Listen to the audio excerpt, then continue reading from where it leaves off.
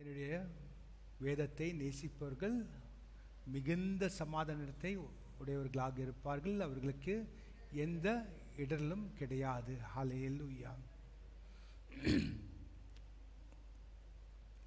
கர்த்தராகிய தேவனுக்கு தெரியும் யார் அவருடையவர்கள் என்று. அதுதான் தலைப்பு. இன்றைக்கு தேவ செய்தியின் தலைப்பு கர்த்தருக்கு தெரியும் அவருடையவர்கள் யார் என்று. ஹல்லேலூயா. அவருக்கு சொந்தமானவர்கள் யார் என்று கர்த்தர் அறிவார். ஹல்லேலூயா. 2 திமோத்தேயு ஆங்கிலத்தில் God knows who belongs to him. 2 திமோத்தேயு 2வது அதிகாரம் 19வது வசனத்தை வாசித்து நாம் தொடங்குவோம். 2 தீமோத்தேயு 2வது அதிகாரம் 19வது வசனம். ஆகிலும் தேவனுடைய உறுதியான அஸ்திபாரம் நிலைத்திருக்கிறது. கர்த்தர் தம்முடையவர்களை அறிவார் என்பதும், கிறிஸ்துவின் நாமத்தை சொல்லுகிற எவனும் அநியாயத்தை விட்டு விலக கடவான் என்பதும் அதற்கு முத்திரையாயிருக்கிறது. ஹல்லேலூயா. நாம் எழுந்திருந்து இந்த வார்த்தையை கனப்படுத்துவோம். பிதாவே, ஹல்லேலூயா. இந்த தேவ வார்த்தையை உம்முடைய பிரசன்னத்திற்குள் கொண்டு வருகிறோம். இந்த தேவ வார்த்தையில் உம்முடைய வல்லமையும் அபிஷேகத்தையும் ஊற்றும். இந்த தேவ வார்த்தை ஹல்லேலூயா எங்களுடைய ஆவிக்குள் பிரவேசிக்க செய்யும். இதிலிருந்து புறப்பட்டு வரும் சத்தியத்தை எங்களுடைய ஆவிக்குள் பிரவேசிக்க செய்யும். ஆவியானவர் நீரே எங்களிடத்தில் பேசும் ஐயா. இந்த சத்தியத்தை போதியும் இதயத்தை நாங்கள் திறந்து தருகிறோம். ஹல்லேலூயா. விசுவாசத்தோடும் ஆனந்தத்தோடும் உடைய வார்த்தையை நாங்கள் பெற்றுக்கொள்கிறோம். ஆளுகை செய்யும், வாழ்க்கை வாழ்வதற்காக கிருபை ஊற்றும். அமேன், அமேன், அமேன், அமேன். காண்போம்.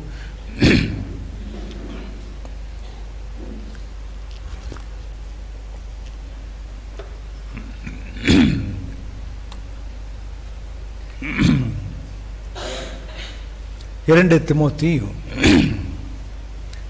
2வது அதிகாரம் 19வது வசனத்தை வாசித்தோம். ஆகிலும் தேவனுடைய உறுதியான அஸ்திவாரம் நிலைத்திருக்கிறது. கர்த்தர் தம்முடையவர்களை அறிவார் என்பதும், கிறிஸ்துவின் நாமத்தை சொல்லுகிற எவனும் அநியாயத்தை விட்டு விலக கடவன் என்பதும் அதற்கு முத்திரையாக இருக்கிறது. ஹல்லேலூயா.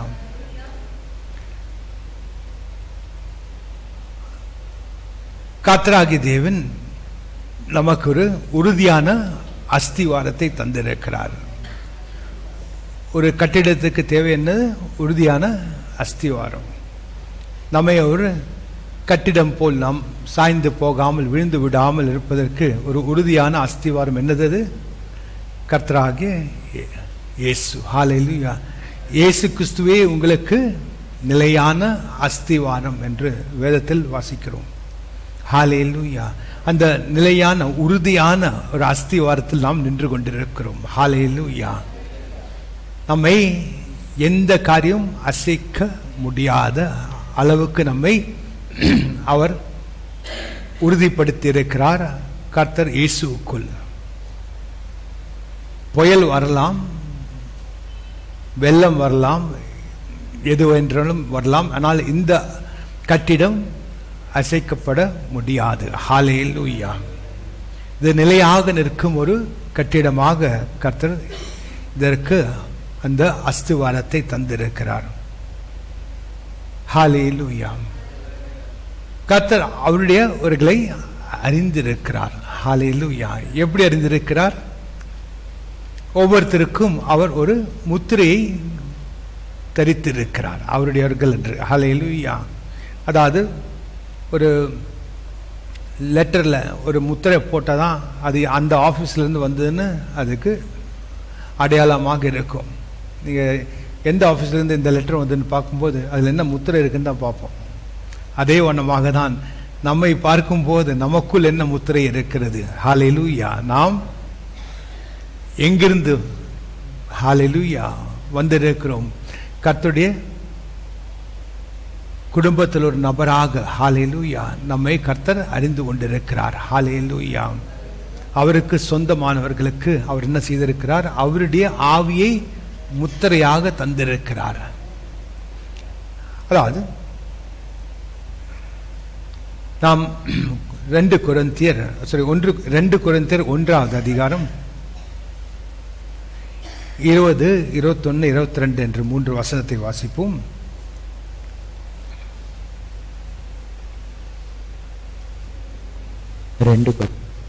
ஒன்றாவது அதிகாரம் வசனங்கள் 20 22 வரை. எங்களால் தேவனுக்கு மகிமை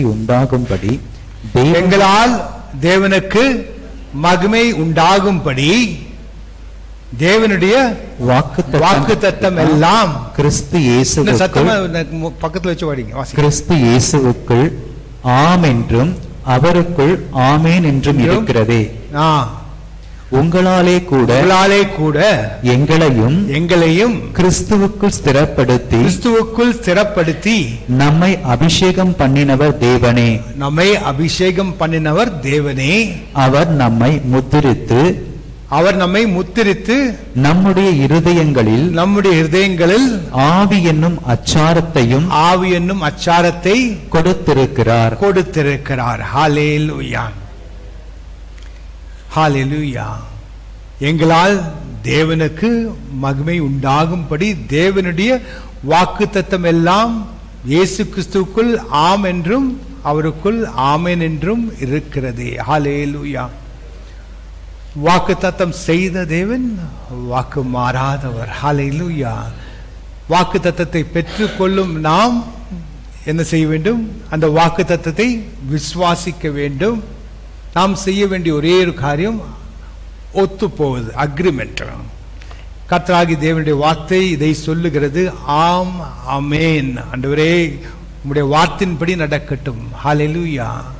இந்த வார்த்தை கேட்டிருக்கீங்களா இதுக்கு முன்பா? மரியாள் சொன்ன வார்த்தை. மத்தியோ லூக்காவா 1:45 இருக்கு. மேத்யூ பாருங்க 1:45. அதாவது தூதர்கள் வந்து உனக்கு அற்புதமாக ஒரு குழந்தை பிறக்க இருக்கிறது என்று சொன்ன போது மரியாளால் நான் எப்படி, எனக்கு இன்னும் புருஷன் இல்லையே, எப்படி பிள்ளையை பெற்றுக்கொள்வேன் என்று சொல்லும் போது அவளுக்கு அறியாத காரியத்தை தூதர்கள் சொன்னார்கள். அப்பொழுது அவள் சொன்ன காரியம் என்ன? உம்முடைய வார்த்தையின்படி உண்டாகட்டும் என்று. வாசிப்போம். லூக்கா 1 அதிகாரம் 38வது வசனம். 38வது வசனம். அதற்கு மரியாள் இதோ நான் ஆண்டவருக்கு அடிமை, உம்முடைய வார்த்தையின்படி எனக்கு ஆகக் கடவது என்றாள். அதாவது ஆம் என்றும் ஆமென் என்றும். ஹல்லேலூயா. உம்முடைய வார்த்தையின்படி ஆகக் கடவுது என்று சொன்ன உடனே அந்த வார்த்தையின்படி உண்டானது. ஹல்லேலூயா. தூதர்கள் சொன்ன அந்த தேவ செய்தியின்படி கர்த்தர் இயேசு உண்டானார் மரியாளுடைய வயிற்றுக்குள். அதற்கு அவள் என்ன சொன்னால்? உம்முடைய வார்த்தையின்படி உண்டாகட்டும். எனக்கு தெரியல ஆண்டவரே அது எப்படி நடக்கும். அதாவது நமக்கும் வாக்குத்தத்தம் எப்படி நிறைவேறணும் நமக்கு தெரியாது. நம்முடைய மனதுக்கு எட்டாத காரியங்களை கர்த்தர் வாக்குத்தத்தமாக சொல்லியிருக்காரு. நம்முடைய நிலையை பார்க்கும்போது அதுக்கு நமக்கு வாய்க்குமா இல்லையா என்று கூட டவுட்டாக இருக்கும். ஆனால் நாம் தர்க்கிக்க கூடாது. இது எப்படி ஆண்டவர் நடக்கும், எனக்கு இப்படி இருக்கேன் அப்படி இருக்கேன்னு சொல்லாமல், எனக்கு எட்டாத, எனக்கு என்னுடைய மனதுக்கு எட்டாத அளவுக்கு கிரியை செய்கிற தேவன் நீர். உம்மால் கூடாதது ஒன்றும் இல்லை. உம்முடைய வார்த்தையின்படி உண்டாகட்டும்.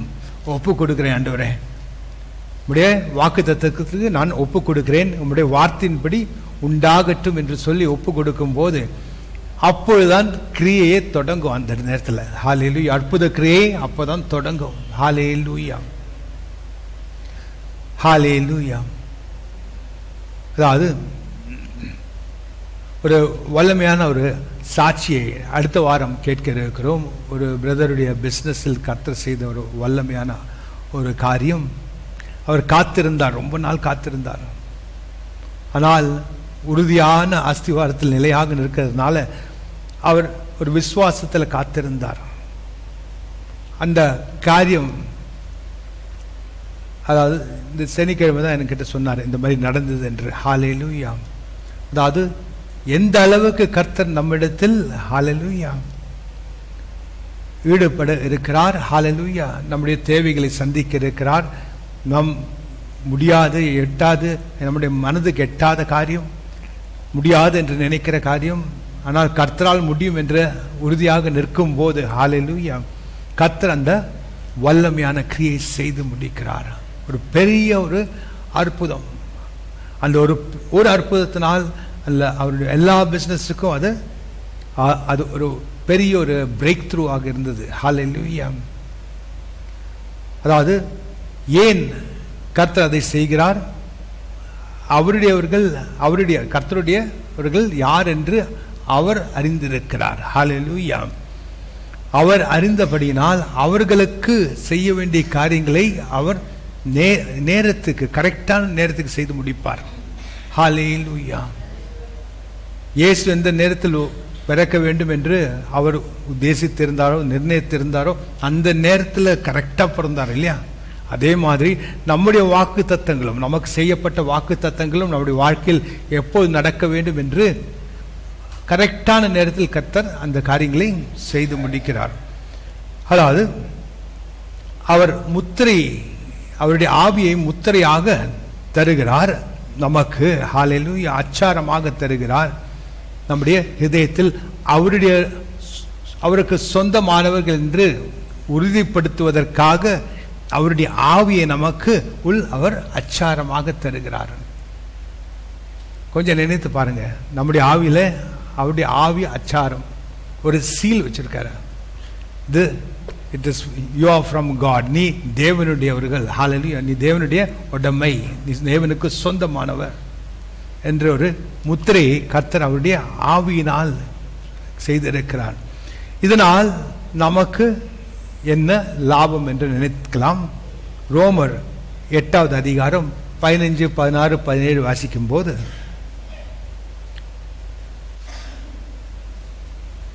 ரோமர் 8வது அதிகாரம் வசனங்கள் 15 17, 15, 16, 17.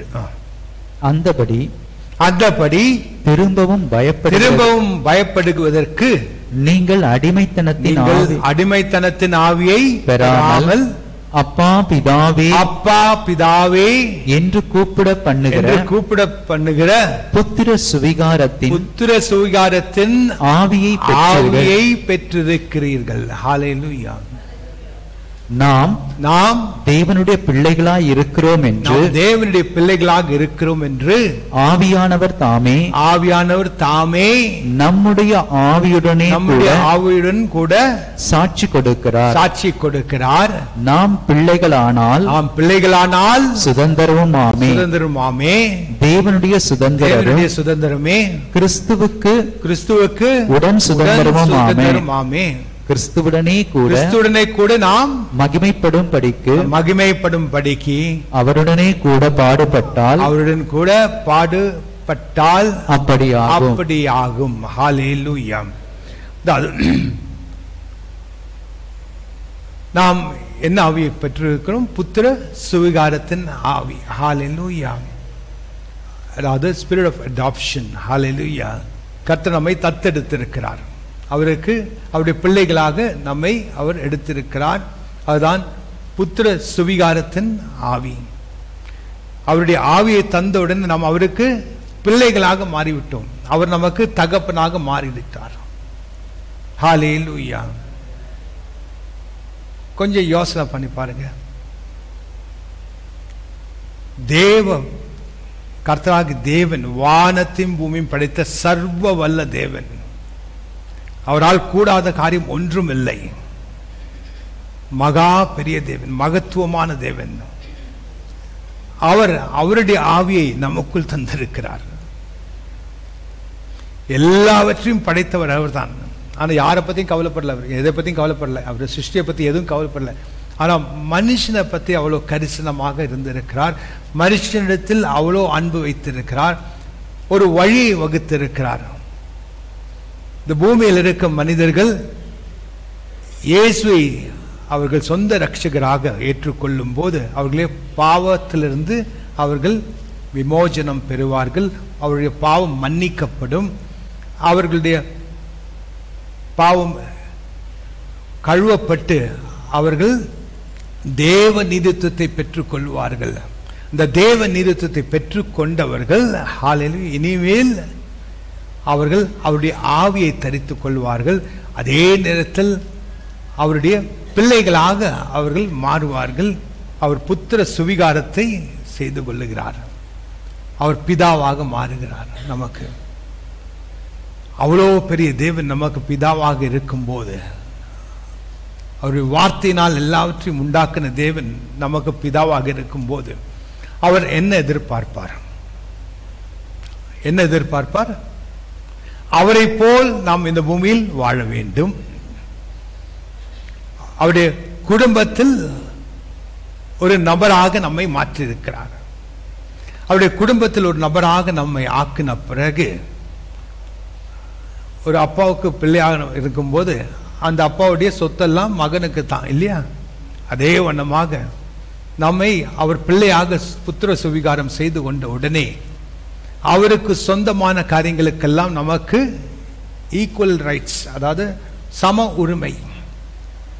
அதனால்தான் நாம் பிள்ளைகளானால் சுதந்திரமாமே, தேவனுடைய சுதந்திரம், கிறிஸ்துவுக்கு உடன் சுதந்திரமாமே, கிறிஸ்துவுடனே கூட நாம் மகிமைப்படும்படிக்கு அவருடன் கூட பாடுவல், அப்படி பாடுபட்டால் அப்படி ஆகும். ஹல்லேலூயா.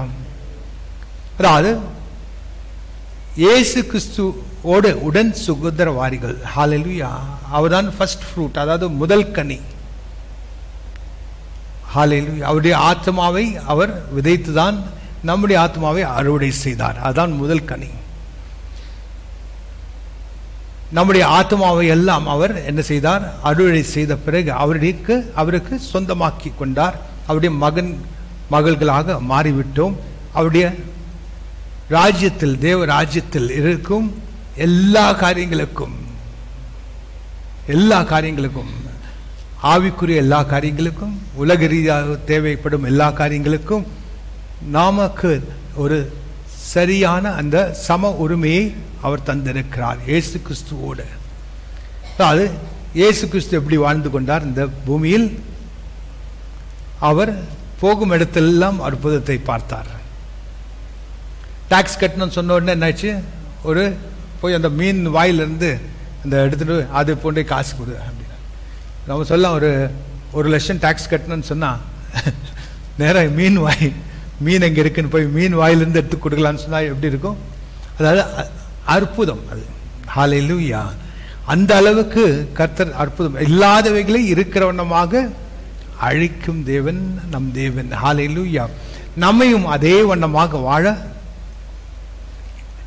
எதிர்பார்க்கிறார், அதற்காக ஆயத்தப்படுத்தி இருக்கிறார். ஹல்லேலூயா. அதனால்தான் அவருடைய ஆவியை நமக்கு அச்சாரமாக தந்தார்.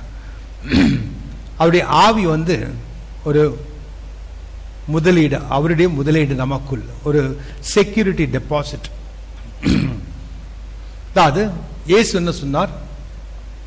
பிதாவுடைய வாக்குத்தத்தம் வரும் வரையும் நீங்கள் எல்லாம் எருசலேமிலே காத்திருங்கள் என்று.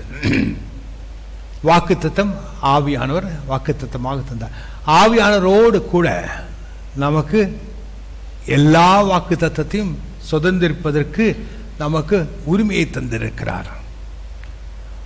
எல்லா வாக்குத்தத்தங்களும் உனக்கு சொந்தமாகும் என்ற ஒரு உறுதியை தருவதற்காக முதல் வாக்குத்தத்தமான அந்த அவருடைய ஆவியை நமக்கு தந்தார். ஒரு டவுன் பேமெண்ட் போல. இந்த முதல்ல இது நீ வச்சுக்கோ, இது வச்சா இது இருந்தா உனக்கு எல்லாமே சேரும். ஆவியானவர் பெற்றுக்கொண்டோமா இல்லையா? அது விசுவாசிக்கிறோமா? ஆவியா கர்த்தராகிய தேவனுடைய ஆவியை நாம் பெற்றுக்கொண்டோம் என்று விசுவாசித்தால் மீதி இருக்கும் காரியங்களுக்கு ஒரு தடையே கிடையாது. மீதியெல்லாம் சேர்ந்துதான் ஆக வேண்டும். ஹல்லேலூயா. ஆவியானவரோடு கூட நமக்கு எல்லா வாக்குத்தத்தங்களையும் சுதந்திரிப்பதற்கு அவர் நமக்கு அந்த வல்லமையை தந்திருக்கிறார் ஆவியானவர் வழியாக. ஹல்லேலூயா. புத்திர சுவிகாரம் செய்த உடனே, ஹல்லேலூயா, ஆவியை தந்த உடனே, புத்திர சுவிகாரம் செய்து கொண்ட உடனே மீதி இருக்கும் எல்லா வாக்குத்தத்தங்களையும் நாம் சுதந்திரிப்பதற்கு, ஹல்லேலூயா, நம்முடைய தேவைகளை சுதந்திரிப்பதற்கு, ஹல்லேலூயா. நாம் பேசினால் காரியங்கள் உண்டாவதற்கு, அவரை போல் நாம் இந்த பூமியில் வாழ்வதற்கு, இயற்கைக்கு அப்பாற்பட்ட வாழ்க்கை. இது இயற்கையான வாழ்க்கை. இந்த உலகத்தில் இருக்கும் வாழ்க்கை இயற்கையான வாழ்க்கை. ஹல்லேலூயா. பரலோக வாழ்க்கை என்னது? இயற்கைக்கு அப்பாற்பட்ட வாழ்க்கை. ஹல்லேலூயா. அதற்கு என்ன தேவை? கர்த்தராகிய தேவனுடைய ஆவியின் வல்லமை, அவருடைய வார்த்தையின் வல்லமை. இந்த வல்லமையினால், ஆவியின் வல்லமையும் வார்த்தையின் வல்லமையும் தான் எல்லா காரியங்களையும் உண்டாக்குனது. நமக்குள் அதை அவர் தந்திருக்கிறார். அவருடைய ஆவியின் வல்லமையும் தந்திருக்கிறார், அவருடைய வார்த்தையின் வல்லமை நமக்கு தந்து கொண்டிருக்கிறார். இப்பொழுது நாம் என்ன செய்ய வேண்டும்? நாம் பேச வேண்டும். ஹல்லேலூயா. நிச்சயத்தோடு, உறுதியோடு, விசுவாசத்தோடு நமக்கு தேவையை நாம் பேச வேண்டும். we have to claim, சுதந்திரித்துக் கொள்ள வேண்டும். ஹல்லேலூயா. அதாவது என்ன போட்டிருக்கு? நாம் பிள்ளைகளானால் சுதந்திரமாமே, தேவனுடைய சுதந்திரமும் கிறிஸ்துவுடன் கூட உடன் சுதந்திரமாமே. ஹல்லேலூயா. சுதந்திரிப்பதற்கு got the rights to claim. ஹல்லேலூயா. இனிமேல் ஹல்லேலூயா ஜெபிக்க கூடாது எல்லாத்துக்கும். ஹல்லேலூயா. நாம் யார்? பிள்ளைகள், அடிமைகள் அல்ல. முதல் வசனம் இருந்தது, இனிமேல் நாம் பயப்படுவதற்கு, அந்த படி திரும்பவும் பயப்படுவதற்கு நீங்கள் அடிமைத்தனத்தின் ஆவியை பெறாமல் அப்பா பிதாவே என்று கூப்பிட பண்ணுகிற புத்திர சுகாரத்தின் ஆவியை பெற்றீர்கள். ஹல்லேலூயா. அப்பா கிட்ட போயிட்டு, அப்பா கெஞ்சுறேன்ப்பா, ஒரு 5 ரூபா கொடுப்பா, கெஞ்சுறேன், பிச்சை எடுக்கிறேன்ப்பா. யாரும் சொல்லியிருக்கீங்களா? இங்க இருக்கங்க சிரிப்பீங்க, இப்ப சிரிப்பீங்க. ஹல்லேலூயா. யாரும் அப்பா கிட்ட போய் கெஞ்ச மாட்டாங்க. அப்பா கிட்ட உரிமையோடு கேட்பாங்க, எடுத்துக்கொள்வாங்க. ஹல்லேலூயா. எனக்கு ஹல்லேலூயா உரிமையோடு தருவதற்கு ஹல்லேலூயா அப்பாவுக்கு என்ன இருக்கு? அதிகாரம் இருக்கிறது என்று. ஹல்லேலூயா. நாம் அதை உரிமையோடு அதை சுதந்திரித்துக் கொள்ள வேண்டும். நாம் யார் என்று அறிந்தால்தான் நாம் அதை சுதந்திரிக்க முடியும். அதை சுதந்திரிப்பதற்கு நாம் அதை கிளைம் செய்ய முடியும். அதை என்னுடையது ஆண்டவரே, எனக்கு இது தாரும் ஆண்டவரே, இதை நான் சுதந்திரித்துக் கொள்ளுகிறேன் இயேசு நாமத்தில். ஹல்லேலூயா. பிசினஸ் செய்யறவங்களா இருந்தா என்ன செய்யணும்? ஒரு டார்கெட் போட்டுடணும். இந்த மாசத்துக்கு எனக்கு என்ன லாபம் சொல்லிட்டு, எவ்வளவு லாபம் சம்பாதிக்க உத்தேசம் இருக்கிறது. கர்த்தர் இந்த வருடத்தின் வாக்குத்தத்தம் என்ன சொன்னார்? அதாவது உங்களுடைய கனவுக்கு எட்டாத அளவுக்கு நீங்க கனவு கண்ட, அதாவது நீங்க நினைவில் கூட இருக்காத, கனவு கூட பாணாத அளவுக்கு உங்களை உயரத்துக்கு நான் உயர்த்துவேன் உன்னை. ஹல்லேலூயா. அப்படின்னா கர்த்தர் நம்ம இடத்திலிருந்து நாம் எதிர்பார்க்கும் காரியங்கள், நாம் விசுவாசிக்கும் காரியங்கள் ஹல்லேலூயா சிறு சிறு காரியங்களா இருக்கக்கூடாது, பெரிய காரியங்களா இருக்கும். ஒரு 1 லட்சம் சம்பாதிக்கிறேன்னு வச்சுக்கோ மாசத்துக்கு. இனிமேல் என்ன செய்யணும்? உங்க விசுவாசத்துக்கு ஏற்ற மாதிரி 5 லட்சம் கிளைம் பண்ணலாமா? சரி, 10 லட்சம் கிளைம் பண்ணலாமா? அது உங்க விசுவாசத்தின் படி செய்யுங்க. ஆனா உறுதியா இருங்க. ஆண்டவரே, இந்த மாசத்துல இருந்து எனக்கு 1 லட்சம் தான் இப்ப வந்து இருக்கு, எனக்கு 10 லட்சம் எனக்கு நான் கிளைம் பண்றேன் ஆண்டவரே இயேசு நாமத்துல. எதற்காக? நாம் பிள்ளைகளானால் சுதந்திரமாமே, தேவனுடைய சுதந்திரமாமே, கிறிஸ்துவுடன் சுதந்திரமாமே, கிறிஸ்துவுடனே கூட நாம் மகிமைப்படும் படிக்கு. ஹல்லேலூயா. எதற்காக இந்த அற்புதம்? கிறிஸ்துவுடன் கூட நாம் மகிமைப்படும் படிக்கு. ஆனால் அவருடன் கூட பாடுபட்டால் அப்படி ஆகும். பாடுகள் இருக்கிறது, பாடு இல்லாத வாழ்க்கை அல்ல. ஹல்லேலூயா. பாடுகள் இருக்கிறது. ஆனாலும் அந்த பாடுகளின் மத்தியில் நமக்கு கர்த்தர் தந்த சுதந்திரம் இருக்கிறது. அதை நாம் கிளைம் செய்யும்போது, அதை சுதந்திரிக்கும் போது, இது எனக்கு சொந்தம் ஆண்டவரே, நான் இதை சுதந்திரிக்கிறேன் இயேசு நாமத்தில். இந்த மாதத்திலிருந்து எனக்கு இந்த லாபம் எனக்கு வந்தாகணும். ஆபீஸ்ல வேலை செய்யுங்கன்னா அது கேளுங்க, எனக்கு சம்பளம் உயர்வு வேணும் ஆண்டவரே. இந்த வேலை இல்லைன்னா வேற வேலை. ஆனால் யார் நிர்ணயிக்க வேணும்? நீங்க தான் நிர்ணயிக்கணும். அதாவது உங்களுக்கே விசுவாசம் இல்லைன்னா யாரும் ஒன்றும் செய்ய முடியாது. ஹல்லேலூயா. உடைய விசுவாசம் இந்த உலகத்தை ஜெயிக்கும் ஜெயம். ஹல்லேலூயா. உலகத்தில் இருப்பவனை ஜெயிக்கும் ஜெயம் உங்களுடைய விசுவாசம். ஹல்லேலூயா. அதாவது அவன் தடை செய்ய நினைப்பான், ஆனால் உங்களுடைய விசுவாசம் என்ன செய்யும்? அதை மேற்கொள்ளும். ஹல்லேலூயா. என்ன விசுவாசம்? வாக்குத்தத்தத்தை சுதந்திரிப்பது. ஹல்லேலூயா. நீங்கள் யார்? தேவனுக்கு பிள்ளைகள். ஹல்லேலூயா. உடன் சுதந்திரர்கள். அவருக்கு சொந்தமானது நமக்கு சொந்தம். இந்த பூமியில் ஹல்லேலூயா கர்த்தராகிய இயேசுவை மகிமைப்படுத்துவதற்காக தான் நாம் எல்லா காரியங்களையும் செய்ய வேண்டும். ஐஸ்வர்யனாக மாறணும்னா நம்முடைய சொந்த தேவைக்கில்லை. ஹல்லேலூயா. கர்த்தருடைய ராஜ்யத்தை கெட்டுவதற்காக. கர்த்தர் ஒன்றும் சொல்ல போறதில்லை, நீ ஒரு நல்ல மாளிகை கட்டிக்கோ, நல்ல ஒரு வாகனத்தை வாங்கிக்கோ, ஒன்றும் சொல்ல போறதில்லை. ஆனால் உன்னுடைய ஒரே குறிக்கோள், நான் கர்த்தராகிய இயேசு கிறிஸ்துவை நான் மகிமைப்படுத்துவேன், அவருடைய நாமத்தை உயர்த்துவேன், அவருடைய ராஜ்யத்திற்காக எல்லா காரியங்களும் செய்வதற்கு நான் உறுதுணையாக இருப்பேன். ஹல்லேலூயா. அன்றைக்கு வாசித்தோம், அதாவது நித்திய ஜீவனுக்குள் நாம் போவதற்கு முன்பாக இந்த பூமியில் என்ன செய்கிறோம்?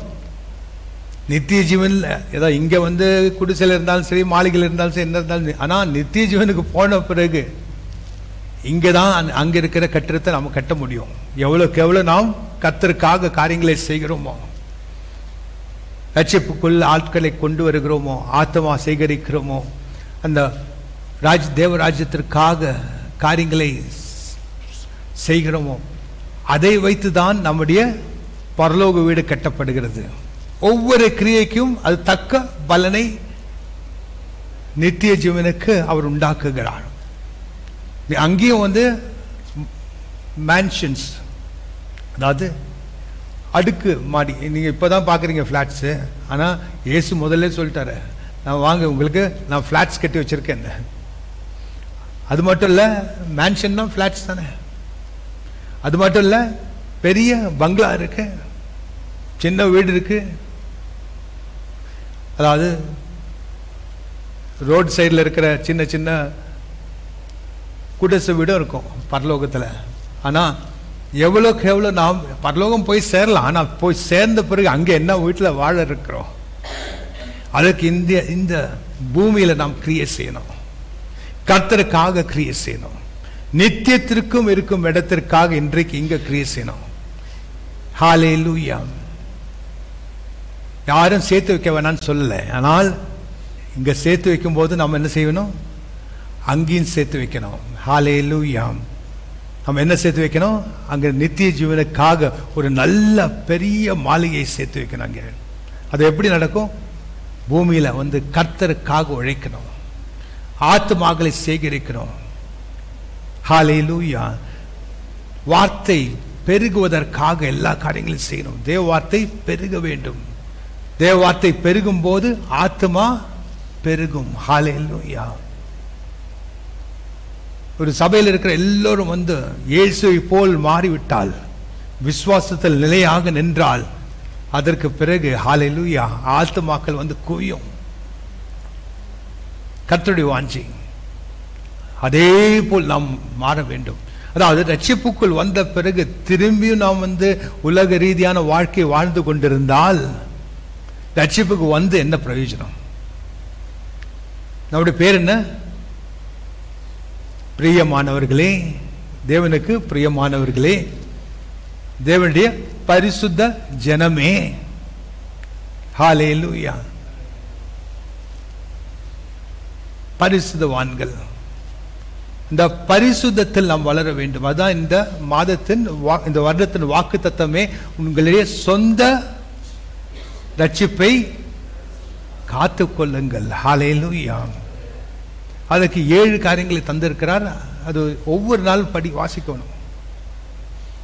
கொலோசியர் 3வது அதிகாரம் 12, 13 என்ற 2 வசனத்தை ஒவ்வொரு நாளும் வாசிக்கணும். அது 7 காரியங்களை தந்திருக்கிறார். அந்த 7 காரியங்கள் நாம் கடைபிடிக்கும் போதுதான் நாம் பரிசுத்தத்தில் நிலையாக நிற்கிறோம். ஹல்லேலூயா. அதை தான் கர்த்தர் விரும்புகிறார். பிலிப்பியர் 1வது அதிகாரம் 5வது வசனத்தை வாசிப்போம். பிலிப்பியர் 1வது அதிகாரம் 5வது வசனம். உங்களில் நற்கிரியை தொடங்கினவர் அதை இயேசு கிறிஸ்துவின் நாள் பரியந்தம் முடிய நடத்தி வருவார் என்று நம்பி. ஹல்லேலூயா. அதாவது உங்களில் நற்கிரியை தொடங்கினவர் அதை இயேசு கிறிஸ்துவின் நாள் பரியந்தம் முடிய நடத்தி வருவார் என்று நம்பி. ஹல்லேலூயா. ஒரு கர்த்தர் ஒரு கிரியை உங்களுடைய வாழ்க்கையில் தொடங்கி இருந்தால் இயேசு கிறிஸ்து வரும் வரையும் ஹல்லேலூயா அந்த கிரியை தொடர்ந்து செய்வார். அதற்கு ஒரு முடிவை கொண்டு வருவார். என்ன கிரியை தொடங்கி இருக்கிறார்? நாம் பரிசுத்தத்திலிருந்து இன்னும் பரிசுத்தவான்களாக மாறுவதுதான் அந்த கிரியை. இன்னும் இயேசுவை போல் மாறுவது. அதற்கு தான் சபைக்கு நாம் தொடர்ந்து வருகிறோம். சபை கூடுதலை விட்டு விடாதீர்கள். எதற்காக? அங்கதான் உங்களுக்கு போஷிக்கப்படும் தேவவார்த்தையின் அறிவை பெற்றுக்கொள்வோம். தேவவார்த்தையின் ஞானத்தை பெற்றுக்கொள்வோம். அதில் அந்த இடத்தில் தான் நாம் பல்கி பெருக முடியும். ஹல்லேலூயா. எரேமியா 3வது அதிகாரம் 5வது வசனத்தில் நாம் வாசிக்கிறோம், என்னுடைய இதயத்துக்கு ஏற்ற மேய்ப்பரை நான் உங்களுக்கு தருவேன், அவர்கள் உங்களை புத்தியோடும் அறிவோடும் போஷிப்பார்கள், அந்த தேசத்திலே நீங்கள் பலுகி பெருகி. ஹல்லேலூயா. அந்த தேசத்திலே பலுகி பெருகி. எப்படி பலுகி பெருகி? அவர் போதிக்கிற அந்த போஷிக்கிற அந்த அறிவினாலும் புத்தியினாலும். ஹல்லேலூயா. அதாவது சபை என்பது கட்டப்படும் இடம். ஹல்லேலூயா. ஒரு விசுவாசி கட்டப்படும் இடம். ஹல்லேலூயா. அது கட்டப்படும் என்று சொல்லும் போது ஒவ்வொரு நாளும் நாம் ஒரு உயர்வை பார்க்க வேண்டும். அதாவது இருந்த இடத்துல நிற்கக்கூடாது. கர்த்தர் எப்படி ஒவ்வொரு நாளும் ஒவ்வொரு க்ஷணமும் நமக்கு அவர் உயர்வை தந்து கொண்டே இருக்கிறார். லிஃப்ட் அப்படியே போற மாதிரி உள்ள இருந்தா தெரியாது எந்த இடத்துக்கு போயிருக்கோன்னு. அதே மாதிரி ஸ்மூத்தா நம்மை உயர்த்தினே இருப்பாரு. கொஞ்சம் திரும்பி பார்த்தா தான் தெரியும் எங்க இருந்தோம் நம்ம இவ்வளவு நல்லா வந்திருக்கோம். கர்த்தருடைய கிருபை. நம்முடைய சொந்த பிரயாசம் கிடையாதுங்க, கர்த்தருடைய கிருபை. ஹல்லேலூயா. ஏன்? அவருக்கு நாம் சொந்தமானவர்கள். அவருக்கு சொந்தமானவர்களை அவர் அறிவார். ஹல்லேலூயா. அதான் வசனம் வாசித்தோம், அவருக்கு சொந்தமானவர்களை அவர் அறிவார். ஹல்லேலூயா. அவர் அறிந்து என்ன செய்ய இருக்கிறார்? அறிந்து நம்மை ஹல்லேலூயா வாக்குத்தத்தங்களை சுதந்திரிக்க செய்வார். அதாவது நம்மை விட அவருக்கு கரிசனம் இருக்கிறது, அவருக்கு வாஞ்சி இருக்கிறது, நாம் வாக்குத்தத்தத்தை சுதந்திரிக்க வேண்டும் என்று. இல்லை என்றால் எதற்கு சபையில நாட்டி வார்த்தையை போதித்து அந்த இடத்துல கட்டப்பட்டு? ஏன்? அதாவது பரலோகத்தில் வருவதற்கு மட்டும் ஆயத்தப்பட்டவர்களாக இருக்கக்கூடாது. இந்த பூமியிலும் நாம் கர்த்தர் இயேசு கிறிஸ்துடைய நாமத்தை மகிமைப்படுத்தும் ஜனமாக நாம் விளங்க வேண்டும். ஒரு பெரிய ஒரு பொறுப்பை தந்திருக்கிறார். ஹல்லேலூயா. ஒவ்வொருத்தரும் நாம் நடக்கும்போது இந்த இயேசு கிறிஸ்துடைய நாமம் நம் வழியாக மகிமைப்படும் போது எவ்வளவு நல்லா இருக்கும். அங்க போற அந்த பிரதர், அது இயேசு ஏற்றுக்கொண்ட பிரதர், அவர் எவ்வளோ வாழ்க்கையில் எவ்வளோ முன்னேறி இருக்காரு, எவ்வளோ சமாதானம், எவ்வளோ சந்தோஷம், எவ்வளோ செழிப்பு. அப்படி சொல்ல வண்ணமாக நம்மை அவர் கட்டி கொண்டிருக்கிறார். ஹல்லேலூயா. அதனால்தான் ஒவ்வொரு ஞாயிற்றுக்கிழமை கூட விடாம நம் சபைக்கு வர வேண்டும். அது கர்த்தருடைய வாஞ்சி. ஹல்லேலூயா. சிட்டி, அதாவது சென்னையில் இல்லைன்னா பரவாயில்ல, சென்னையில் இருந்தா இந்த இடத்துக்கு வரது கஷ்டமா இல்லை? ஹல்லேலூயா. இப்போ அரும்பாக்கத்தில் இருந்தோம், அங்கேருந்து 3 கிலோமீட்டர் தான். இங்கே 5 கிலோமீட்டர், 3 2 5 கிலோமீட்டர், ஒரு 5 கிலோமீட்டர் தான் இருக்கு. இது 50 கிலோமீட்டரோ 15 கிலோமீட்டர் இல்லை, அங்கேருந்து கொஞ்சம் தூரம் தான். எவ்வளோ நாள் வரோம்? வாரத்தில் ஒரு நாள் ஓய்வு நாள். ஓய்வு நாளை நாம் பரிசுத்த நாளாக, கர்த்தருடைய மகிமையின் நாளாக நாம் அனுசரிக்க வேண்டும். ஹல்லேலூயா. உன்னுடைய சொந்த பேச்சை பேசாமல், உன்னுடைய சொந்த கிரியைகளை செய்யாமல், ஹல்லேலூயா, கர்த்தரை மகிமைப்படுத்தும் நாளாக அது விளங்கும் போது யாக்கோபுடைய சுதந்திரத்தை அவர் உனக்கு போஷிப்பார். ஹல்லேலூயா. யாக்கோபுடைய சுதந்திரம் இந்த மெட்டீரியல் ரிச்சஸ், அதாவது உலகத்தின் ஐஸ்வர்யத்தை அவர் நமக்கு போஷிப்பார். எப்பொழுது? அந்த ஓய்வு நாள், அதாவது கர்த்தருடைய நாள், இன்றைக்கு உயிர்த்தெழுந்த நாள், அதை நாம் மகிமையின் நாளாக, பரிசுத்த நாளாக நாம் அனுசரிக்கும் போது, ஹல்லேலூயா, அவர் நம்மை மகிமைப்படுத்துவார். ஹல்லேலூயா. தொடங்கினவர் பாதியில விட்டு விடுறதில்ல. ஒரு நல்ல கிரியை தொடங்குறவர், உங்களில் நல்கிரியை தொடங்கினவர் அதை இயேசு கிறிஸ்துவின் நாள் பரியந்தம் முடிய நடத்தி தருவார் என்று நம்பி, ஹல்லேலூயா. கொலோசியர் 3வது அதிகாரம் 12-13. கொலோசியர் 3வது அதிகாரம் வசனங்கள் 12 மற்றும் 13. ஆகையால் நீங்கள் தேவனால் தெரிந்து கொள்ளப்பட்ட பரிசுத்தரும் பிரியருமாய் உருக்கமான இரக்கத்தையும் தயையையும் மனத்தாழ்மையையும் சாந்தத்தையும் நீடிய பொறுமையும் தரித்துக் கொண்டு ஒருவரை ஒருவர் தாங்கி ஒருவர் பேரில் ஒருவருக்கு குறை உண்டானால் கிறிஸ்து உங்களுக்கு மன்னித்தது போல ஒருவரை ஒருவர் மன்னியுங்கள். ஹல்லேலூயா. ஜனவரி மாதம் 1ஆம் தேதி நாம் இதை தான் தியானித்தோம். ஹல்லேலூயா. இதை அதிகமாக இன்றைக்கு நாம் தியானிக்க போவதில்லை. உன்னுடைய வாழ்க்கையில் ஒரு கிரியை தொடங்கின தேவன் இயேசு கிறிஸ்து வரும் வரை அதை செய்து முடிப்பார் என்று எழுதப்பட்டிருக்கு. என்ன கிரியை அது?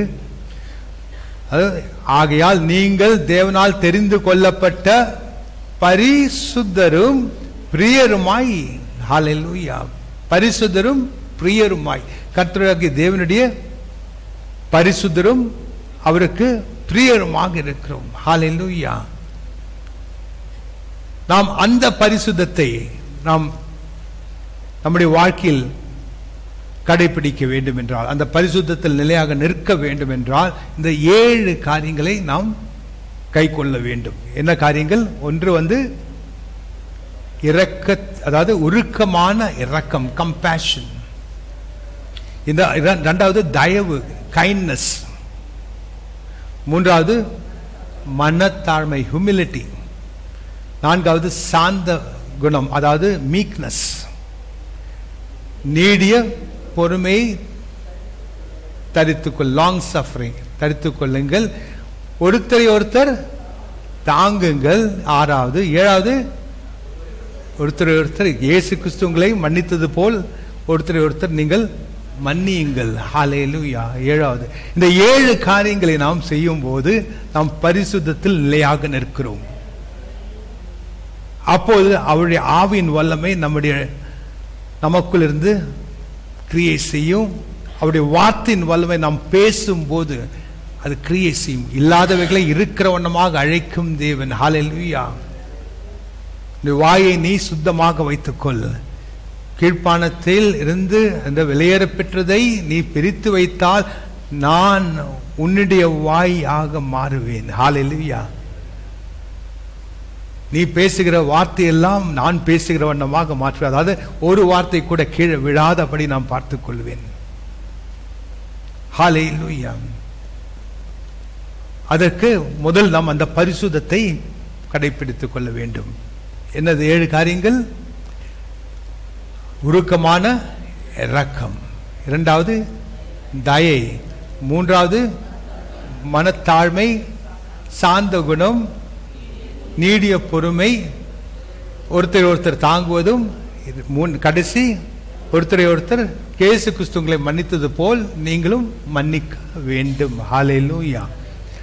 அதாவது ஒவ்வொரு நாளும் இன்றில் வைத்து இந்த 7 காரியத்தை ஒவ்வொரு நாளும் தியானித்து இதன்படி தான் நான் நடப்பேன் என்று உறுதியாக இருக்கும் போது, ஹல்லேலூயா, கர்த்தரால் தெரிந்து கொள்ளப்பட்ட ஜனம் நாம். யார்? கர்த்தராகி தேவனால் தெரிந்து கொள்ளப்பட்ட ஜனம் நாம். அவருக்கு பிரியமான ஜனம் நாம். அவருடைய பரிசுத்த ஜனம் நாம். அவர் நம்ம இடத்துல எதிர்பார்க்கிற காரியம் இவ்வளவுதான். நீ இப்படி இரு, இது போதும் எனக்கு. உருக்கமான இரக்கத்தை வைத்துக்கொள், மனத்தாழ்மையோடு இருந்து கொள்ள, தயையாக இருந்து கொள்ள. ஹல்லேலூயா. நீடிய பொறுமையோடு இரு. ஒருத்தர் தாங்கு, எந்த கசப்பு தன்மை வைக்காத, ஒருத்தர் மன்னித்து நட. ஹல்லேலூயா. அதாவது முடிகிற காரியமா முடியாத காரியமா? இது லேசான காரியம். லேசான காரியம் தானே. இயேசு சொல்லியிருக்காரு லேசான காரியம். அதாவது மத்தியு 11வது அதிகாரம் 28, 29, 30 வாசிக்கும் போது, வருத்தப்பட்டு பாரம் சுமக்கிறவர்களை எல்லோரும் என்னிடத்தில் வாருங்கள், நான் உங்களுக்கு இளைப்பாறுதலை நான் தருவேன். என்னுடைய நுகத்தை நீங்கள் தரித்துக் கொள்ளுங்கள், என்னுடைய நுகம் லகுவானது. நாம் மனத்தாழ்மையும் சாந்தமும் உடையவன். ஹல்லேலூயா. இந்த கடைசி வசனம் சொல்லுது மத்தேயு 30. என் நுகம் மெதுவாயும் என் சுமை லகுவாயும் இருக்கிறது. என்னுடைய சுமை லகுவாயும், என்னுடைய நுகம் எளிதாயும், என்னுடைய நுகம் லகுவாயும், சுமை லகுவாயும் இருக்கிறது. அதாவது அதற்கு முன்னாடி வசனம் அது போதும். லகுவாயும் இருக்கிறது என்னுடைய சுமை. அதாவது அவர் சொல்றது நான் சொல்ற காரியம் உங்களுக்கு லேசான காரியம், லகுவான காரியம். அதுக்கு தான் அந்த வசனத்தை படிக்க சொன்னேன். ஒரு கடினமான காரியம் இல்லை இது லகு. ஆனா அப்போ இந்த காரியத்தை அனுசரிக்கும் போது, செய்யும் போதுதான் நமக்கு நம்முடைய ஆத்மாவுக்கு என்ன வரும்? இளைப்பாறுதல் வரும். ஹல்லேலூயா. இந்த 7 காரியங்களை நாம் உன்னிப்பாக செய்தால் அது போதும். பரிசுத்தத்தில் நிலையாக நிற்போம். நம்முடைய வாழ்க்கை இளைப்பாறுதல் வாழ்க்கை. ஹல்லேலூயா. பாலும் தேனும் ஓடுகிற தேசத்தில் நாம் இருப்போம். இளைப்பாறுதல் என்றால் எந்த தேசம்? வாக்குத்தத்தம் செய்யப்பட்ட தேசம். ஹல்லேலூயா. எல்லா வாக்குத்தத்தங்களும் நிறைவேற தேசம். ஹல்லேலூயா. நாம் ஆம் ஆண்டவரே, ஆமென், இயேசு நாமத்தில் இது நடக்கும், விசுவாசிக்கிறேன் ஐயா என்று சொன்னாலே போதும். Glory. Hallelujah. 1 பேதுரு 3வது அதிகாரம் 9வது வசனத்தை வாசிப்போம். முடிக்க இருக்கிறோம். 1 பேதுரு 3வது அதிகாரம் 9வது வசனம். தீமைக்கு தீமையும் உதாசனத்திற்கு உதாசனத்தையும் சரி கட்டாமல் அதற்கு பதிலாக நீங்கள் ஆசீர்வாதத்தை சுதந்திரித்துக் கொள்ளும்படி அழைக்கப்பட்டவர்கள் என்று அறிந்து ஆசீர்வதியுங்கள். ஹல்லேலூயா. அதாவது தீமை செய்கிறது, தீமையையும் உதாசனம் சரி கட்டாமல் அதற்கு பதிலாக நீங்கள் ஆசீர்வாதத்தை சுதந்திரித்துக் கொள்ளும்படி அழைக்கப்பட்டிருக்கிறீர்கள் அறிந்து ஆசீர்வதியுங்கள். ஹல்லேலூயா. ஜாதி சபிக்காதீங்கன்னு சொல்றேன். கோபம் வந்தா சபிச்சிடும் இல்லையா? அதான் உலகத்தில் இருக்கவங்க என்ன செய்வாங்க? நாசமா போ, அப்படி போ, இப்படி போன்னு சொல்லி வாயிலிருந்து அந்த மாதிரி, நம்ம வாயிலிருந்து அந்த மாதிரி வார்த்தை வரக்கூடாது. ஆசீர்வதிங்க. ஹல்லேலூயா. ஆண்டவரே ஆசீர்வதியும். ஆண்டவரே இந்த மகனுக்கு நல்ல புத்தி தாரும். ஆண்டவரே மாறட்டும். அதாவது யாரா இருந்தாலும் சரி, நம்ம வெறுக்கிறவங்க சூஷன் சொல்ல போவீங்க, போப்போம், எங்களுக்கெல்லாம் தேவையில்லை. ஸ்தோத்திரம் ஐயா. கட்டளையிடப்பட்ட அந்த காரியத்தை செய்ய நான் வந்துட்டேன். உம்முடைய கட்டளையில் வந்த ஆண்டவரே, உம்முடைய ஊழியக்காரன், உம்முடைய ஊழியத்தை செய்து கொண்டிருக்கிறேன். ஹல்லேலூயா. அப்போது என்ன இருக்கும்? சில இடத்துல கடினமான காரியங்கள் இருக்கும், சில இடத்துல எல்லாம் வரவேற்பாங்க, எல்லா இடம் ஒரே மாதிரி இருக்காது. அதனால் நாம் சோர்ந்து போவதில்லை. ஹல்லேலூயா. எதனால் நாம் செய்கிறோம்? கர்த்தருடைய வார்த்தையினால். Go preach the gospel to all nations. நீ பிரசங்கி, எல்லா தேசத்திற்கும் நீ என்ன செய்யும்? சுவிசேஷத்தை நீ போய் பிரசங்கி. ஆத்துமாக்கள் வந்து சேரட்டும், அவங்களே பாரட்டும். எவ்வளோ பேர் காத்திருக்காங்க சபைக்கு, என்ன யாராவது கூட்டின்னு போவாங்களான்னு எவ்வளோ பேர் காத்திருக்காங்க. நானும் ரட்சிப்புக்கு வருவதற்கு முன்பாக அந்த மாதிரி யாராவது சபை கூட்டின்னு போவாங்களா என்று காத்திருந்தால் ஹல்லேலூயா. அதாவது சபைனா எனக்கு ரொம்ப அவ்வளோ பிடிக்கும், ஆனால் கூட்டம் போகிறது யாரும் இல்லை. அது மாதிரி எவ்வளோ ஆத்மா காத்துன்னு இருக்கு, ஆனால் நீங்கள் ஒரு அழைப்புக்காக காத்துன்னு இருக்காங்க. நீங்கள் நினச்சிருங்க அவங்க யூன்னு சொல்லுவாங்க, இல்லை கோவப்படுவாங்க. நிறைய, அதாவது 90% உங்களை வரவேற்பாங்க. ஹல்லேலூயா. ஒரே ஒரு வார்த்தை சொன்னா போதும், நாங்கள் நற்செய்தியை சொல்ல வந்தோம். நீங்கள் நியூஸ் பேப்பரில் வாசிக்கிறது எல்லாம் துர்செய்தி தான். அதாச்சு இதாச்சு, கொலை செய்தா, அது பண்ணா இது பண்ண, எது நல்ல செய்தி வராது நியூஸ் பேப்பரில். ஏதோ ஒரு நல்ல செய்தி வருமா? இதுதான் நியூஸ் கொடுக்கும், இதுதான் நியூஸ் பேப்பர். என்ன நியூஸ் பேப்பர்? உலகத்தில் இருக்கிற செய்தி. தேவராஜ்யத்தின் செய்தி என்ன சொல்லுகிறது? ஹல்லேலூயா, நற்செய்தி அது. ஹல்லேலூயா. அந்த அது சொல்லி தொடங்கினா போதும், நீங்க போய் பேசுறவங்க கிட்ட, நீங்க டெய்லி துர்செய்தி கேட்டு இருக்கேன், இன்னைக்கு ஒரு நற்செய்தி சொல்ல வந்திருக்கேன். ஹல்லேலூயா.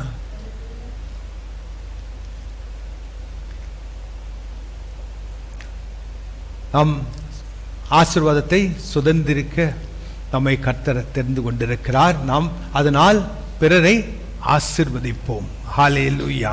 கடைசி வசனத்தை வாசித்து முடித்துக் கொள்ளும். கொலோசியர் 2வது அதிகாரம் 7, 8 என்ற வசனம். கொலோசியர் 2வது அதிகாரம் வசனங்கள் 7 மற்றும் 8. நீங்கள் போதிக்கப்பட்டபடியே விசுவாசத்தில் உறுதிப்பட்டு ஸ்தோத்திரத்தோடே அதிலே பெருகுவீர்களாக. லௌகீக ஞானத்தினாலும் மாயமான தந்திரத்தினாலும் ஒருவனும் உங்களை கொள்ளை கொண்டு போகாதபடிக்கு எச்சரிக்கையாயிருங்கள். அது மனுஷர்களின் பாரம்பரிய நியாயத்தையும் உலக வழிபாடுகளையும் பற்றினதே அல்லாமல் கிறிஸ்துவை பற்றினதல்ல. ஹல்லேலூயா. இது முக்கியமான எச்சரிக்கை. அதாவது பல சபையில் நிறைய, நம்ம சபையில் எல்லாருக்கும் நல்லா தெரியும், ஆனால் கேள்விப்பட்டேன் பல சபையில் ஏன் போதிப்பு இல்லையா, இல்லை போதிச்சும் கேட்காம இருக்காங்களா என்னன்னு தெரியல, என்ன பிரச்சனை தெரியல. அதாவது போதிக்கப்பட்டபடியே விசுவாசத்தில் உறுதிப்பட்டு ஸ்தோத்திரத்தோட அதிலே பெருகுவீர்களாக. போதிப்பு என்ன இருக்கும்? நீங்க கர்த்தருடைய வார்த்தையின்படி வாழுங்க, அவருடைய குணாதிசயங்களை பெற்றுக்கொள்ளுங்க. ஆனால் உலகத்தில் இருப்பவர்கள் என்ன சொல்லுவார்கள்? லௌகிக ஞானம் என்ன சொல்லுகிறது? மாயம் தந்திரத்தில் ஒருவனுக்கு உங்களை கொள்ளை கொண்டு போகாதபடிக்கு எச்சரியாக இருங்கள். அவர்கள் சொல்ற டிசெப்ஷன், அதாவது வஞ்சனை, வஞ்சிக்கிற வண்ணமாக ஏதாவது காரியங்களை பேசும்போது, பிலாசபி, அதாவது அவர்கள் புத்தியின்படி காரியங்களை சொல்லுவாங்க. இதுக்கு நம்ம தேவ வார்த்தை புத்திக்கு எட்டாத காரியங்கள். அவருடைய தழும்புகளால் நான் சுகமானேன் என்று சொல்லும்போது எல்லாம் சிரிப்பாங்க. ஆனால் அது சாதாரண ஒரு மனிதனுடைய புத்திக்கு எட்டாத ஒரு காரியம். அது அவருடைய தழும்புகளால் நான் சுகமானேன் என்று சொல்லும்போது, இல்லை இப்போ வியாதி இருக்கலாம், அதனால வார்த்தையின் சத்தியம் என்ன? அவருடைய தழும்புகளால் நான் சுகமானேன். இன்றைக்கு நாம் கிருபையா இன்னும் நின்று கொண்டு இருக்கிறோம் என்றால், ஹல்லேலூயா, வியாதி இல்லாமல் நின்று கொண்டு இருக்கிறோம்னா அதுக்கு காரணம் என்ன? கர்த்தருடைய கிருபை. ஹல்லேலூயா. ஆனால் நமக்கு நேராக பல சவால்கள், பல பிரச்சனைகள் நம்மை, ஹல்லேலூயா, ஆயுதங்கள் நமக்கு எதிராக ஏவப்பட்டாலும் எனக்கு எதிராக எழும்பும் எந்த ஆயுதம் வாய்க்காமலே போகும். ஹல்லேலூயா. விசுவாசிக்கிறது தான் இன்னும் அதிகமாக ஆயுதங்கள் செலுத்தப்படும் பிசாசால். ஆனால் கர்த்தர், என்னுடைய வார்த்தை உங்களுக்கு கேடயமாக இருக்கிறது, நான் உங்களை சுற்றி அக்கினி மதிலாய் இருக்கிறேன், உங்கள் மத்தியில் மகிமையாக இருக்கிறேன். ஹல்லேலூயா. என்னுடைய சத்தியமே உங்களுக்கு சுற்றி கேடயமாக இருக்கிறது. ஹல்லேலூயா. வரலாம், அந்த வருகிற வண்ணமாக தெரியலாம், ஆனால் உங்களை சேதப்படுத்த முடியாது. ஹல்லேலூயா. ஏன்? நீங்கள் கர்த்தராகிய தேவனுக்கு சொந்தமானவர்கள். ஹல்லேலூயா. அதனால்தான் லௌகிக ஞானத்தை, அதாவது என்ன சொல்லுவாங்க, இது அது மனுஷர்களின் பாரம்பரிய நியாயத்தை, உலக வழிபாடுகளை பற்றினதெல்லாம் கிறிஸ்துவை பற்றினது அல்ல. அவங்களுடைய லௌகிக ஞானம், அவங்களுடைய வஞ்சனையான பேச்செல்லாம் இது. அதாவது உலகத்தார் சொல்லுவாங்க அவங்க பாரம்பரியம், இது இப்படி தான் செய்யணும். ஒரு திருமணம்னா இதுக்கு யமகண்டம், இதுக்கு அந்த கண்டம், இந்த கண்டம் சொல்லி இதிலெல்லாம் நீங்கள் கல்யாணம் பண்ணக்கூடாது, நல்ல நாள், இது முகூர்த்த நாள். யாரையும் கேலி பண்ணல, உண்மை சொல்கிறேன். உலகத்தில் இருக்கவங்க இதெல்லாம் பார்க்குறாங்க இல்லையா? நமக்கு வேதத்தில் கர்த்தர் என்ன சொல்லியிருக்காரு, அவங்க தெரிஞ்சது அவங்க செய்கிறாங்க. வேதத்தில் கர்த்தர் இது கர்த்தரால் உண்டு பண்ணின நாள், அதில் நாம் களி கூர்ந்து இருப்போம். ஹல்லேலூயா. அதாவது ஒவ்வொரு நாளும் கர்த்தரால் உண்டு பண்ணின நாள், அதில் களி கூர்ந்து மகிழ கடவோம். ஹல்லேலூயா. அப்படின்னா அது கர்த்தர்னா நம்ம ஒவ்வொரு நாளும் கர்த்தரால் ஆசீர்வதிக்கப்பட்ட நாள், அவரால் தெரிந்து கொள்ளப்பட்ட நாள். அந்த நாள் நல்ல நாள், நமக்கு கெட்ட நேரமே கிடையாது. எல்லாமே நல்ல நாள், எல்லா நேரம் நல்ல நேரம். அதாவது நான் இன்னும் இயேசு ஏற்றுக்கொள்வதற்கு முன்பாக தான் நாங்கள் திருமணம் செய்து கொண்டோம். பாஸ்டர்மா கேத்தலிக்காக இருந்தாங்க, நான் ஹிந்துவாக இருந்தேன். என் குடும்பத்தார் எல்லாம் சொன்னாங்க, கிறிஸ்துவ புறையில் இந்த திருமணம் நடக்கும்போது அவங்க எல்லாம் சொன்னாங்க, ஓ 4:30 யமகண்டம் அப்படின்னா. நான் சொன்னேன், அப்படியா, நாங்கள் கல்யாணம் பண்ண பொழுது அந்த கண்டத்தில் தான். எங்கள் வாழ்க்கை நீங்கள் பாருங்கள் எப்படி இருக்குன்னு, ஒரு உதாரணமாக பாருங்க அப்படின்னு. எனக்கு பயம் வரல, அந்த நாட்களே பயம் வரல அவங்க சொன்ன போது. நான் இன்னும் இயேசுவை ஏற்றுக்கொள்ளவே இல்லை. அதுக்கு பிறகு 7-8 வருஷம் கழிச்சு அவங்க அப்பா என்கிட்ட சொன்னார், நீ இயேசுவை ஏற்றுக்கொன்னு சொல்லி. நான் சொன்னேன், எந்த வற்புறுத்தினாலும் எந்த கட்டாயத்தினாலும் நான் இயேசுவை ஏற்றுக்கொள்ள முடியாது. எனக்குள் ஆவியானவர், அதாவது எனக்குள் தேவன் பேச வேண்டும் நான் மாறுவதை. அந்த நாள் தான் நான் மாறுவேன்னு சொன்னேன். அதே வண்ணமாக தான் நான் தான் ஆவியிலும் உண்மையிலும் நான் தான் முதல்ல தொழுது கொள்ள வந்தேன். அதுக்கு பிறகுதான் பாஸ்டர் அம்மாவே நான் தான் சொல்லிக் கொடுத்தேன், இப்படி தான் தொழுது கொள்ள வேண்டும் என்று. ஒரு கர்த்தர்கிட்ட சொல்லும்போது பர்சனல் இருக்கும்போது சொன்னார், இந்த மாதிரி சொன்ன, எப்படி கேத்தலிக் ஆச்சு, இவங்ககிட்ட பேசினா ஒத்துப்பாங்களா? சேக்ரெட் ஹார்ட் பிக்சர்லாம் வச்சுதான் கர்த்தர் சொன்னார், 20 நிமிஷம் அதாவது பேசு, எல்லாம் சரி. 20 நிமிஷம் பேசினேன் காலையில் எழுந்து உடனே. இப்போ உடனே சொன்னாங்க, நீங்கள் எப்போ எல்லாத்தையும் எடுக்கிறீங்க, நான் அதே நேரத்தை எடுக்கிறேன். அன்றைக்கி அப்போ நான் கேத்தலிக்காக மாறிட்டேன். அதுக்குள்ளே அதாவது ஹிந்துவிலேருந்து கேத்தலிக்காக வந்தேன், கேத்தலிக்கிலேருந்து தான் ஆவியில் உண்மையில் வந்தோம். ஏன்னா என் மாமனார் அவர் எனக்கு இயேசுவை ஏற்றுக்கொள்ளணும்னு சொன்ன உடனே நேராக கேத்தலிக் சபைக்கு கொண்டு போயிட்டாரு. அங்கே தெளிவு ஞானஸ்தானம் கொடுத்து நானே கேத்தலிக்காக மாற்றிட்டேன். அதுக்கப்புறம் தான் தெரிஞ்சது இன்னொரு வழி இருக்குது இதில், ஆவியிலும் உண்மையிலும் தொழுது கொள்வது. உண்மையான தொழுது கொள்ளுவர்கள் தேவனை ஆவிலும் உண்மையிலும் தொழுது கொள்ளும் நாள் வெறும். ஹல்லேலூயா. அது இப்பொழுதே வந்து விட்டது. யோவான் 4வது அதிகாரம் 23-24 வசனம். ஹல்லேலூயா. அந்த வசனத்தை எல்லாம் சொல்லி அப்போதான் அது 20 மினிட்ஸில், அதாவது கேத்தலிக்ஸ் எல்லாம் மாற்றவே முடியாது. அந்த கர்த்தருடைய கிருபையினால் 20 நிமிஷத்தில் நாங்கள் 2 பேரும் ஒரே பேஜில் இருந்தோம், ஒரே மாதிரி நினைச்சோம். ஒரே நாளில் எல்லா படங்களை எல்லாத்தையும் எடுத்து மாறிட்டோம். ஹல்லேலூயா. அது கர்த்தருடைய கிருபை. ஏன் உள்ளான மனுஷன் மாறும்போது தான் நாம் முழுமையாக மாற முடியும். ஹல்லேலூயா. எவ்வளோதான் நம்ம நினைச்சாலும், அதனால தான் நல்ல நேரம் கெட்ட நேரம் ஒன்றுமே கிடையாது. நம்ம அட்லீஸ்ட் இந்த சபையில் இருக்கோம், யாரும் அதை போய் சொல்லாதீங்க வெளியே. அது என்ன தான் இப்போ தப்பாக நினைப்பாங்க. அதாவது இந்த மாதிரி நீங்கள் யமகண்டம் அது இதுன்னு சொன்னீங்கன்னா, ஓ இந்த போதர் இதெல்லாம் சொல்லி கொடுக்கவே இல்லையா, இந்த மாதிரி இருக்கீங்களே அப்படின்னு.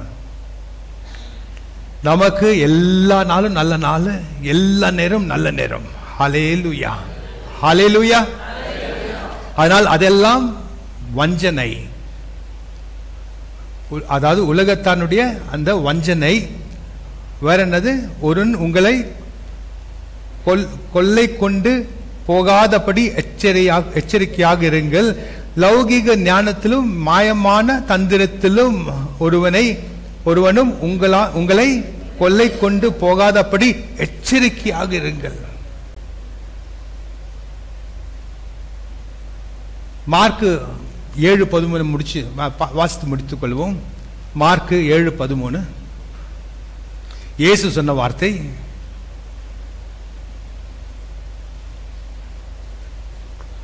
மார்க் 7வது அதிகாரம் 13வது வசனம். 13